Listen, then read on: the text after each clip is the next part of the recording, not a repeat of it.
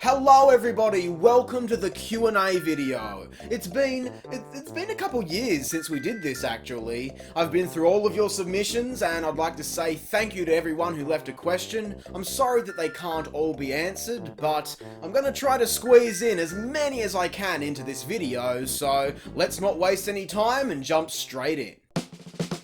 What is your opinion on projectile vomiting? Great, just great. There's a reason I don't do a Q&A video every year. Jesus. It's funny you mention that though, because in my household, we call that painting the walls. Because one time when I was a kid, it was New Year's Eve, and I woke up in the middle of the night super sick, tried to make it to the bathroom, didn't quite make it, and to avoid throwing up all over the floor, I turned around and threw up all over the wall, full projectile vom, onto the wall and onto the floor, and my mum ran in and did a cool knee slide, and yeah, that was a fun Christmas. Alright, next question. Have you ever seen a germ or fungus in a video game, or any other diseases in gaming? What's with all these gross out questions? Have you ever seen any diseases in gaming? Because that's like #1 focus when I'm playing through the game. Is there a crazy disease here? Do you have any plans to make a viewer request episode?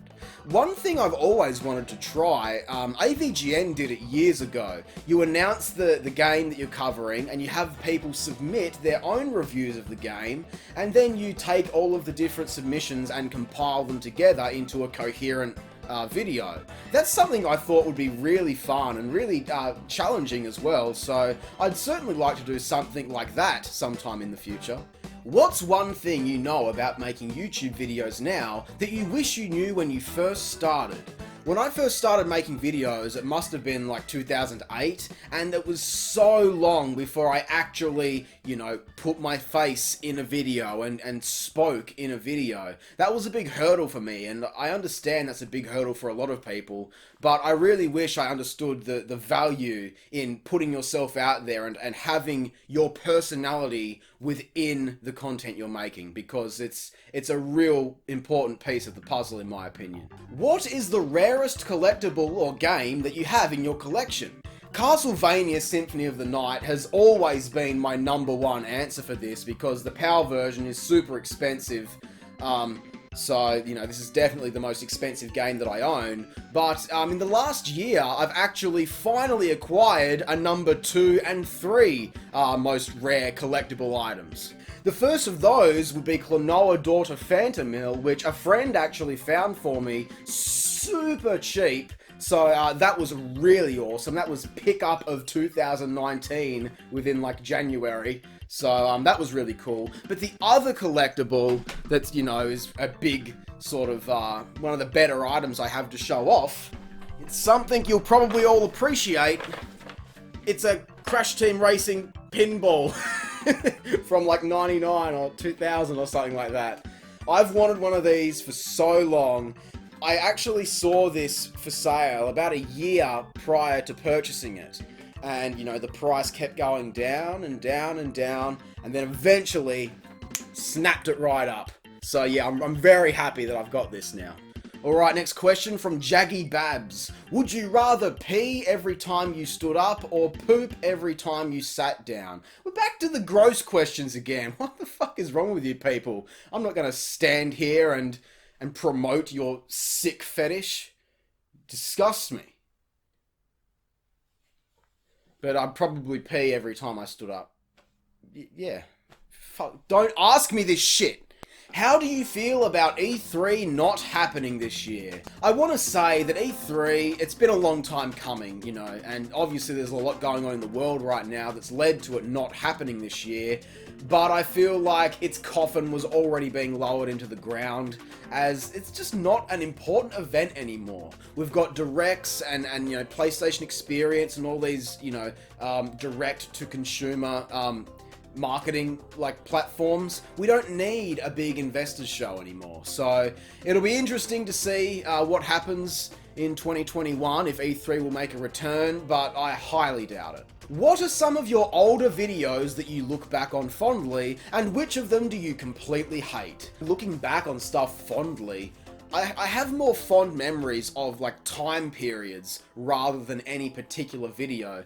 Like, you know, 2015 through 2016 was such a magical time for me. And I look back on that so fondly with so many great memories, whereas in more recent years, even though things, you know, as far as the channel is concerned, have performed a lot better and things are, you know, the quality is up to a good level now, the actual, the years, trying to get through the years to get that stuff out, I hate it. Cream Cannon says, looking dapper with the facial hair. Why, thank you, Cream Cannon, I'm pretty proud of it myself. Tank CQ says, hey Jak, how does one keep a goatee as sexy as yours? This is the part of the Q&A video where I just inflate my ego to dangerous proportions. But yeah, I just, you know, I keep it, basically. I don't shave it off.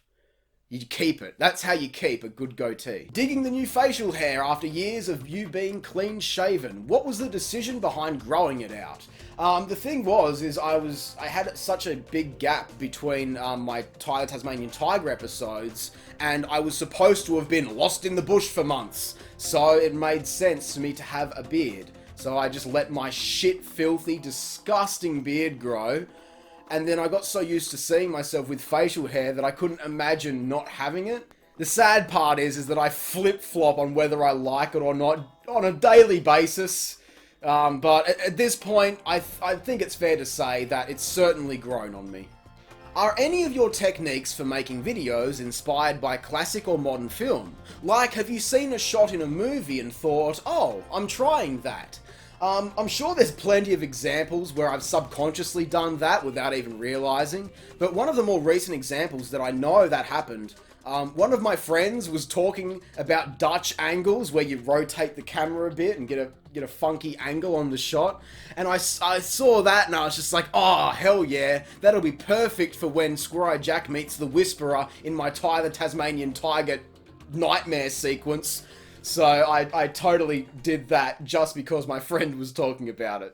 Are there any consoles you're planning or want to add to your collection this year?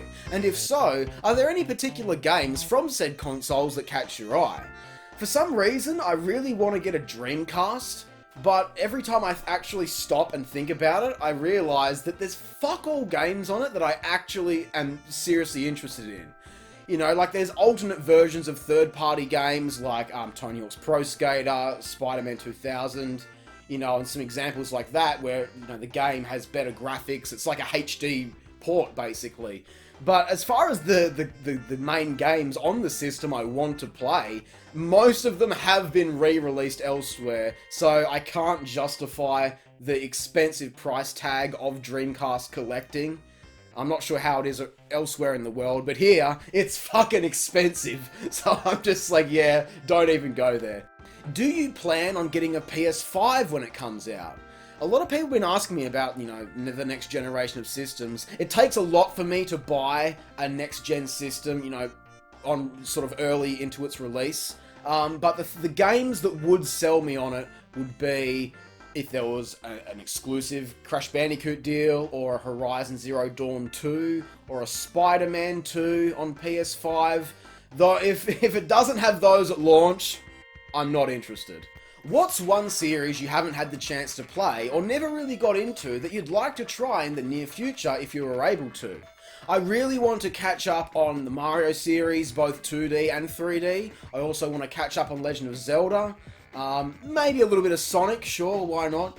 Basically the super big, retro, old school franchises that I just missed growing up in the PS1 era and PS2 era on PlayStation.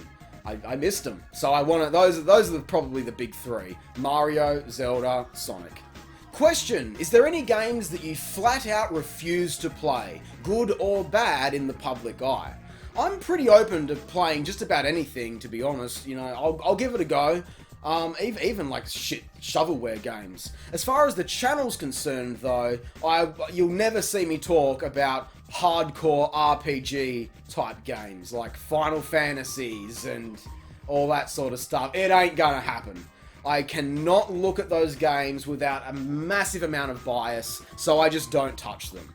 Alright, following on from that question, from Mr. Merm. Never gonna review it, jokes aside, how much of the Ratchet and Clank series have you actually played? People seem to think I have some profound hatred towards this series when I've hardly touched it for the most part. I played Ratchet 3 a bit when I was a kid.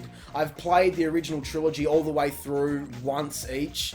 And aside from that, I've only played the PS4 remake of the first game with the movie. That's all of the Ratchet I've played. Never played any of the PS3 games. Never played any of the, I guess the portable games like Size Matters and stuff like that. Haven't touched them. So, on with the question about game series I missed and want to catch up on. Ratchet and Clank might be another one of those. You just never know what you might see here on the channel. You're not going to see Ratchet and Clank. Cancelled. Video over. Correct me if I'm wrong, but I remember you saying you were trying to get back into art and you drew some Gorillaz fan artwork. What made you quit doing it? Talent issues. I'm a terrible artist. I'm not confident at all. I'm confident with like color and shading and stuff like that, but when it comes to actually drawing something and getting line work that looks neat and proportion and all that stuff, I just suck at it. And it's a real problem because it really discourages me from getting better when the part I'm actually okay at is at the end of the process. Essentially what I need is just a coloring book, and then I can color it super beautifully with the line work already done for me. Okay, serious question. What are your thoughts on Gorillaz Song Machine so far? At this point in time, there's only two episodes, two songs with it. I think it's fine, but it's too early to say. Gorillaz music really has to grow on me a bit. I've only just really gotten into the previous two albums from like 2017, 2018. So in 2 years' time, ask me how I feel about Gorillaz Song Machine, and I might actually be able to give you an answer. Jak, do you play any musical instruments? No, I don't. I wanted to play guitar when I was a kid because guitarists are cool. I was a small kid, so my arms and shit weren't big enough to hold the guitar. When I got to high school, I wanted to learn drums, thinking, yeah, drums are cool. Until I realised that my music teacher didn't know sweet fuck all about how to teach drums and how drums actually work, and I pretty much quit after my first after-school tutoring session, and musical hopes and dreams dead right there, then and there.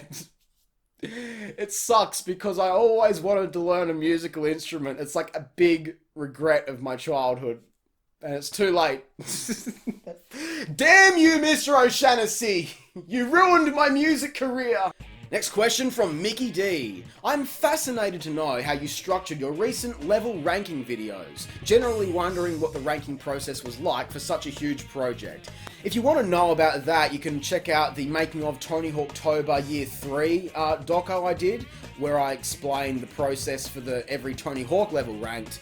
But generally speaking, I try to break down the work into as many chunks as possible so that it's more approachable. As far as the ranking of stuff, what I do is focus in on each game on its own, rank the levels by game, and then it's really just cross-comparison, starting with the lowest of each game until you process of elimination, and you get through it all. From writing to completion, what's your favourite part of the production process? This for me bounces around all the time, and it would depend on the type of video. As far as reviews go, if I've got a review I can sink my teeth into that has lots of good moments and stuff in it, both the writing and filming is usually some of the best parts for me. I love when everything just flows well with the writing. I love being able to film a bunch of the funny and silly stuff.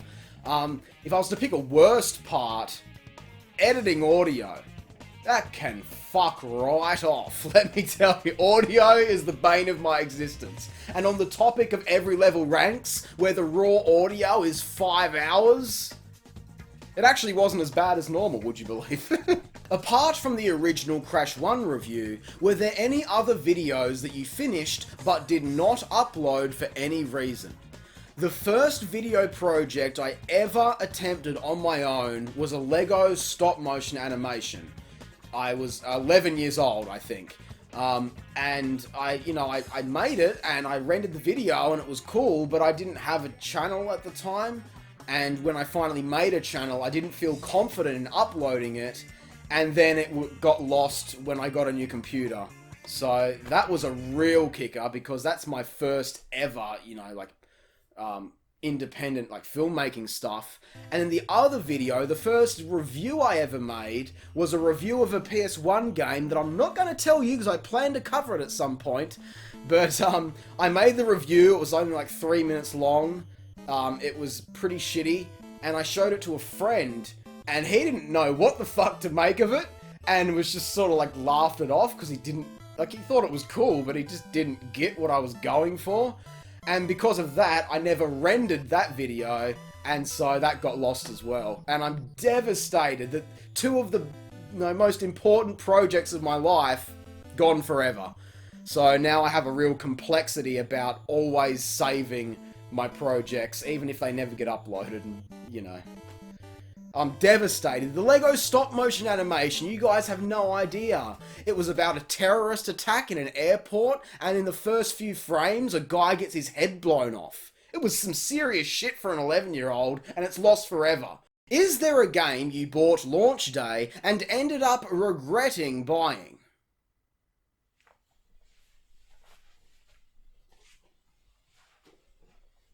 Here's one. And it just so happens that I've reviewed it.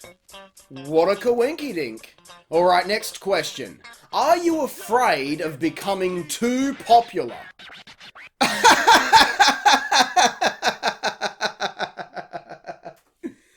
No. That'll never happen, I promise.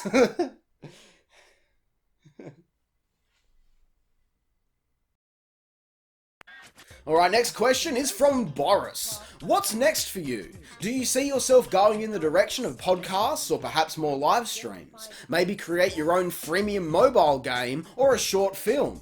I'd actually love to do some more serious independent filmmaking. I've got a lot of projects I've had up here for a long time that I'd love to see finally get made. No scripts or anything yet, but I've got lots of treatments and, just books of notes and all that sort of stuff. So yeah, I would like to do a bit of filmmaking, but for now, we're just focused on the YouTube stuff. How do you feel knowing that a lot of your subscribers are actually from another country? I'm from Italy, for example. Hello, Italy! You might be surprised, I don't even think about it most of the time. I'm quite well adjusted to it, because prior to finding a bit of success with the game reviews and stuff like that, I used to upload old, videos on the wrestling video games, and wrestling is big in Saudi Arabia. I had a massive Saudi Arabian audience back in 2012 who watched and subscribed for my wrestling games content, which is weird to think about at the time, but fast forward all these years and thinking about all the people in different countries, it's awesome, but it doesn't even really cross my mind all that much. And the funny thing is, all these years later, is that the wrestling WWE actually go to Saudi Arabia for pay-per-view events now. So it's been an interesting few years to see that whole thing develop. And on that topic, do you still watch wrestling? If so, who are some of your favourite wrestlers? I don't watch wrestling anymore. I don't have the time to watch the weekly shows. I might watch a clip or two on Twitter or YouTube and just to follow what's going on, but I'm really not fussed. I will watch the big events each year, the few that I actually have interest in, like WrestleMania and the Royal Rumble. But aside from that, really not interested. I get more enjoyment with wrestling content creators and watching people give out about wrestling than I do actually watching the wrestling. So I still get my fix, but I'm not as full on as I used to be. Congratulations on 30,000 subscribers. I'm so proud of how far you've come. Thank you very much. We're actually at 32,500 subscribers at this point in time. So, yeah, it's a bit crazy. What is your least favourite video game review that you've made on your channel? Oh, there's so many to pick from. Probably Daxter on PSP back in 2015. That was a shit video. So shit that I actually went back and retconned some stuff from that video. Pretty much all the Jak and Daxter reviews, not a fan of them. It was too early for me to cover them. I was in this real, pit of having just no creative, brain juices flowing. So yeah, those videos, I really despise them. Are you planning on making YouTube your full-time job? The thing is that I've actually been full-time on YouTube since the start of 2015 when I hit 140 subscribers. Yeah, I'm one of those guys. And, a lot of people made fun of me for it, but the joke's on them because I'm still here and they're not. Don't even feel bad for gloating about that. Okay, next question. What do you do with different props after a review series is over? Do they just get shoved into a closet or something? Most of the smaller props and costume items, they go into the closet and, deep storage where they'll be safe. Yeah, deep storage. That's one way of putting it, cobber. The real difficulty with props, though, is when it comes to some of the bigger items. Like, where the fuck do I keep this until I need it again? Will I ever need it again? Who knows? So, if it fits under my bed, that's another good place to put stuff like this. But, it's funny you mention this because I'm currently facing a very important prop storage issue.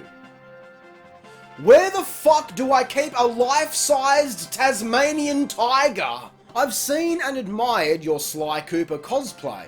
What would your dream cosplay be for you or your channel? And would you partner up with anyone to cosplay an iconic duo? Jak and Daxter is what I want to do. I think Jak and Daxter would be really fun. Obviously it sort of makes sense for me to go as Jak. But, I'd also love to try some of the other characters in that franchise. Samos the Stage would be a great character to cosplay with the big wooden, headpiece and the wood stump shoes and stuff like that. So, yeah, Jak and Daxter is, I do want to try a bit of cosplay eventually. So, Jak and Daxter is where I'm looking at with that. What was the last game you beat that wasn't related to a video in any way? And how often do you do that? I don't do that enough. I'm hoping that I can try to get back into a better rhythm to where I have more time to just play games for myself. But the last time I did that I can think of would have been in November of 2019. I played through the original Crackdown. It had been so long since I played that, back in high school. So I had a lot of fun just going through that again, causing chaos, and just really zoning out to all the fun stuff you can do in that game. Right, question from Jay. Do you believe in the paranormal? And if so, have you had any ghostly experiences? Well, I don't want to spook anyone out, but the house I'm currently living in is super haunted. Yeah, not even kidding. There have been so many weird things happening here over the years. You know what I mean? We've seen strange stuff. Lights have gone on and off without anyone being in the room. When we did some renovations a few years ago, lots of weird shit started happening. Objects were flying at guests. I fell out of bed, having a crazy night terror, like I was being suffocated in my sleep. We've heard crying noises and just all sorts of weird stuff. Thankfully, it's tuned down a bit in the last few years.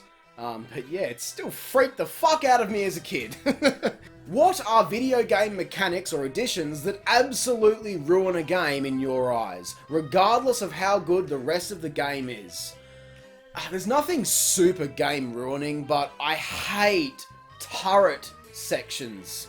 So many games have these either on rails or static turret segments that are just trash. They're fucking trash. And the only thing worse than that trash is the on-rail cutscenes where you can't skip them because it's technically in the game right now. You're not watching a cutscene, you're sat in the vehicle, driving along, looking around, bored off your ass while the other character fills you in on what's happening. Hate that shit. Stop doing it. Question from Victor. Why did you even start making videos and what was your inspiration? Greetings from Germany. Ich wurde vom Angry Videogame Nerd inspiriert. Vielen Dank. Okay, next is Firestorm Dell, and I'm going to ignore your first question here in favour of your second question. Did you ever hear back from gaytrade.com about the Ecco the Dolphin tips? No, I didn't. I'm so sad. I've been an active member of that site for 5 years now, and while I've had a lot of messages back, I haven't had any help getting through Ecco the Dolphin. It really upset me, you know. I'm just trying to be a pro gamer, and I can't get any help from GameTrade.com. Okay, the next question is from Botched Eye Surgery. Oh, you poor thing, that's what happened to me. That's why my eyes are so square. They say, Dear Square Eye Jack, I've been a fan of your channel for the last 4 years now, and it's been an honour seeing your writing style evolve and improve. But as for my question, which video was the one where you would say that your channel obtained its current identity? It's interesting if you look back over really any channel, you can see the different eras of content. And I think the very first time my channel had any sort of identity, have to give it to Spyro Enter the Dragonfly, because that was a big one. After that, it would be the Sly Cooper videos, I feel like, and most of 2017, because there were a lot of really good, different sorts of videos there with a lot more just cool, unique things happening in each episode. And then I'd have to say that definitely more recently, Every Level Ranked is a brand new definition of the Square Eye Jack channel. And, you know, defines its identity pretty well. So that's one I'm really proud of. Okay, next question. One 100-hour game or 100 1-hour games? That's super easy. Give me 100 1-hour games any day of the week, because you'll get so much more variety for your time. You know, if you play one game for 100 hours, that's sad and pathetic, and how I've already spent so much of my life. So 100 1-hour games is definitely the way to go. How did you become so good at video editing? School or self-taught? Obviously there's things that I learned in school, but majority of it is certainly self-taught. There's been a lot of hours in front of that computer just editing stuff.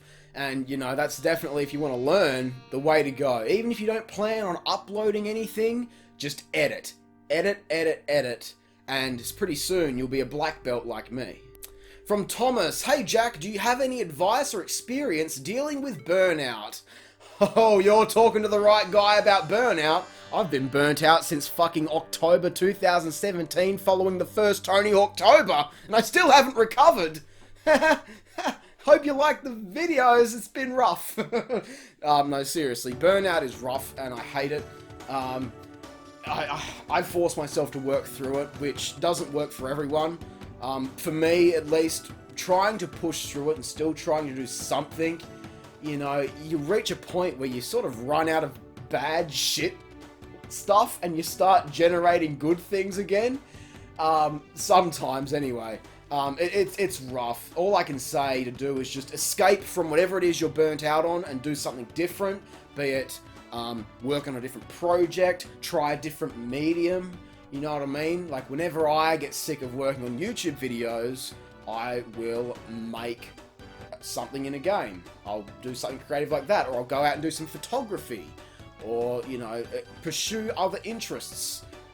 So yeah, that's a good one to sort of escape from burnout and get your creative muscles flexing again and happening and flowing well, so that then you can come back later on and jump straight back into it. From Matthew, what dead series would you most want to see brought back? Jak and Daxter. I love it. Could you imagine a modern Jak and Daxter game? It'd be so fucking dope.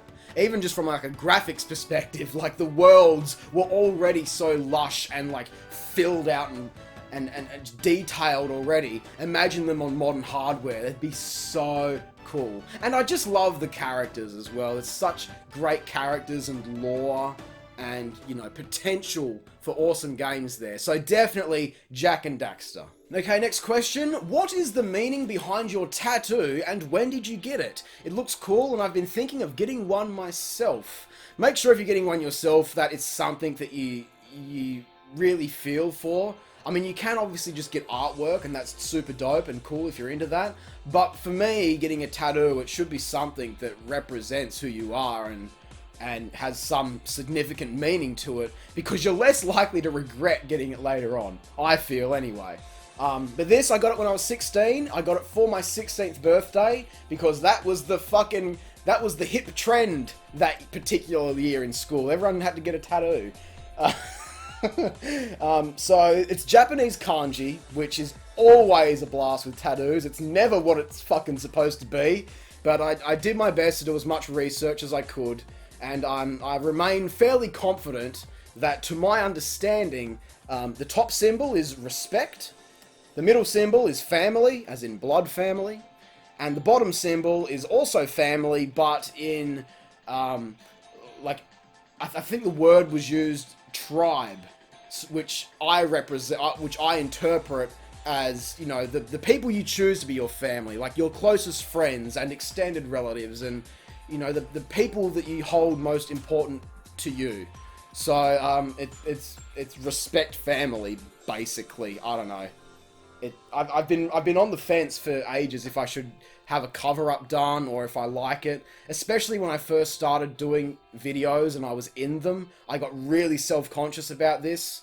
But yeah, it's a part of who I am, so it can stay. I want to get another tattoo at some point soon as well, but just finding the time to get around to that has been difficult.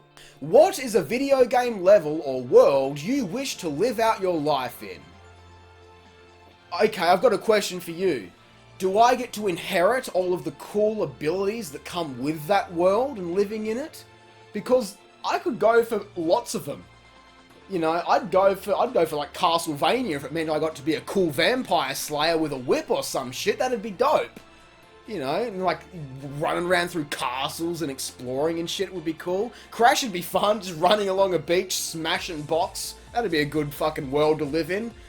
Have you ever played any of the Dark Souls games, or maybe Demon's Souls, Bloodborne, or Sekiro? I haven't. I would like to try Dark Souls just because of all the hype around it, but I just haven't got around to it. Someone actually sent me Bloodborne. Thank you to that person. That was forever ago. Sorry I haven't got around to playing it yet. I've just always constantly having games pushed to the front of my list to play through. But I do want to give these sorts of games a go because I don't know, they're not the sort of thing I would normally indulge in. I'm not a fan of super difficult games, but they look cool, and it looks like I would have some fun with them.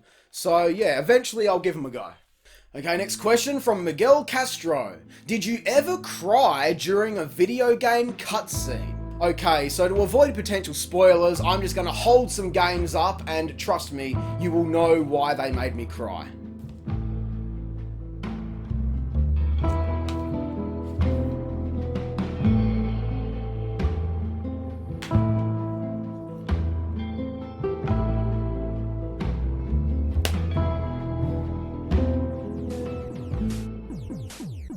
Next question, scariest school story in your life. Scariest school story. I don't have a lot of scary school stories, but this is probably one time I was really freaked out. I was in college, was in photography class. What we were doing was we were in the dark room and we had like little pools of water to make splashes, to photograph the splashes in like high detail. That was our task for whatever reason.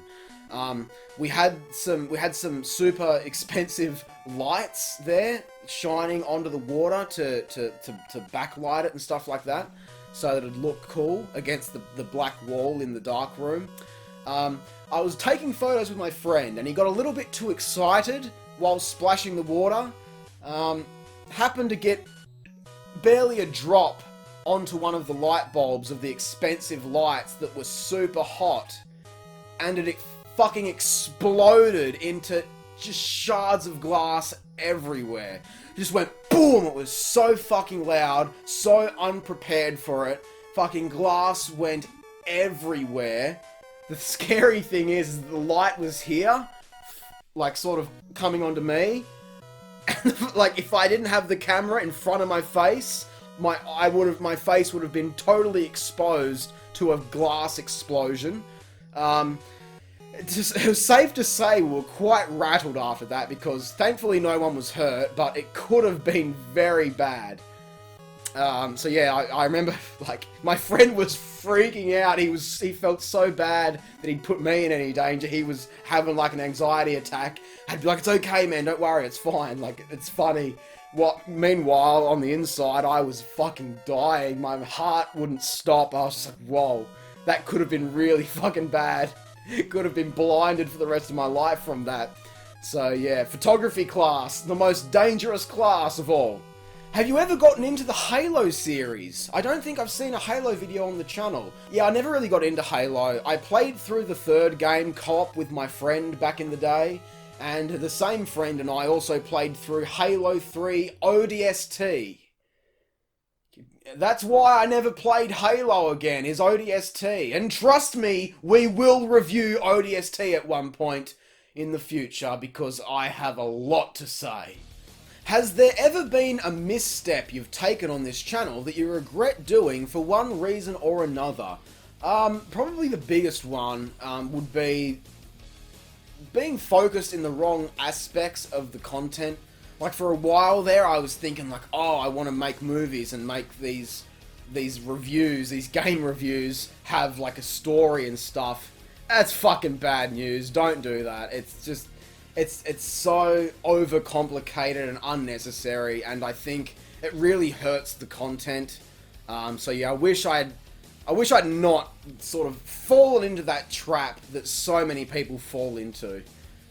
I mean, look, don't get me wrong. I still like my old videos that feature that kind of stuff, and I've done stuff since then that still would fall into that category, because I do think there is some fun there for the creator doing it.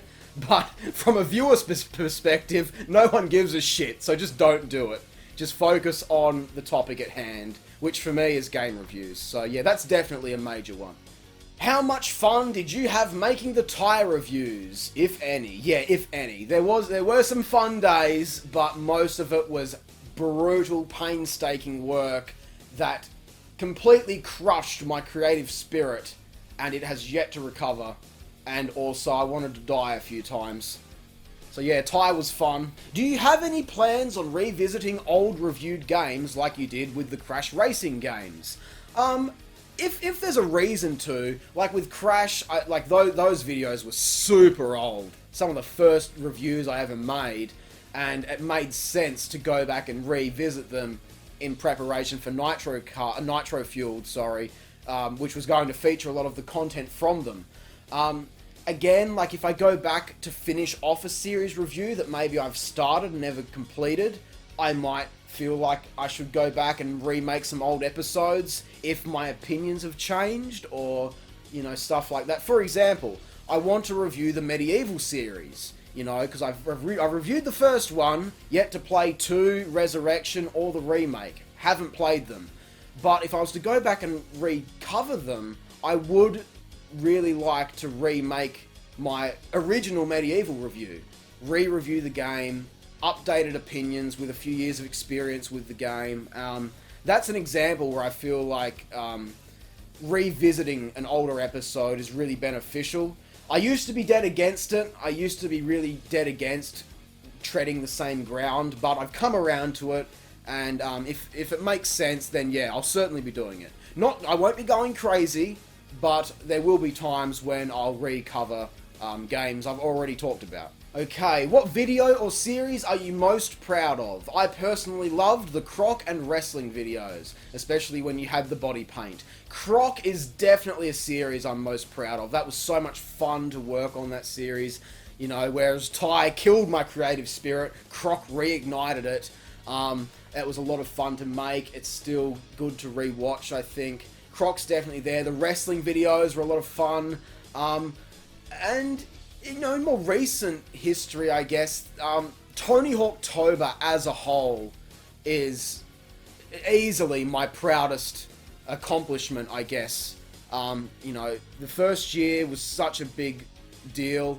The second year blew it way out of the water, and the third and final year, finishing off with every level ranked, which was the reason I started it in the first place. That was such a massive moment for me. So, yeah, very, very, very proud of all of those. And on that topic, is there possibly going to be a Toba Follow Up, having that sort of investigation in the Skate series or similar extreme sports games? I don't want to say anything specific, but I may or may not be stockpiling some games right now. You know, just, where is it? You know, just stockpiling games. No games in particular. I mean, you guys know me. I love to collect games. Nothing in particular. Just the stuff. I only collect games I think I'm going to cover at some point. So, will there be another Tony Hawk Toba? I don't know. But, you know, if I do choose to do another Tony Hawk Toba-like event with other sports games or even skateboarding games, there's definitely a chance to do that. The answer's yes. Now I've got to put all this shit back where it lives.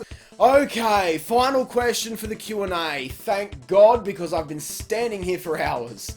Do you ever plan on doing a collab video with other YouTubers? I certainly do. Finally, for the first time in forever, I have a lot of great ideas for potential collaboration videos. Some people know about those, some of them I haven't pitched it to them, some of them would work with anyone I'd choose. It just needs multiple people. So yeah, I'm keen to finally do some collab reviews. I haven't done that before, really. I've done a few things like top 10s and stuff, but never a full-on review. So yeah, you can certainly look forward to that. I look forward to doing some more collaboration stuff because I think they're just really fun projects to do. And yeah, it's definitely one of my primary goals as far as the channel's concerned for 2020. So get keen. Okay, Q&A video complete. Thank you all so much for submitting questions. Sorry I didn't get to everyone's questions, but as you can see, it's already a really long video. So you have to draw the line somewhere. But if you still haven't got your Q&A fix, then maybe consider going over to Patreon and pledging to get access to the monthly podcast where I discuss things as well as do a Q&A.